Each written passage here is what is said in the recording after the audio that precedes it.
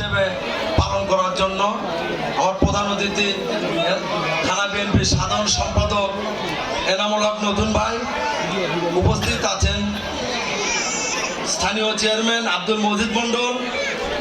উপস্থিত আছেন বিশেষ অতিথি হিসেবে আমার শ্রদ্ধাভাজন চার বাবু ননিগুলাম গোপাল, বিশেষ অতিথি বাবু বীরেশ্বর সরকার, উপস্থিত আছেন গাবতলী উপজেলা যুব দলের যুগ্ম সম্পাদক মশিউর রহমান সুমন,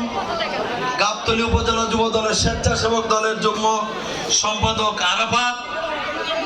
যুব দলের সভাপতি হাসানুর রহমান হাসান, স্বেচ্ছাসেবক দলের খোকন এবং উজ্জ্বল, মৎস্যজীবী দলের ফারুক, শ্রমিক দলের শফিকুল ইসলাম সাক্কু, ছাত্র দলের কনক সহ স্বেচ্ছাসেবক দলের রাসেল এবং অনেক নেতৃবৃন্দ এখানে উপস্থিত আছেন। সবার নাম নেওয়া সম্ভব হয় না। আমি এবং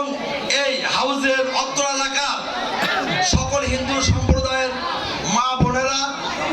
অত্র এলাকার থেকে যারা উপস্থিত হয়েছেন এবং এই এলাকার সকল পর্যায়ে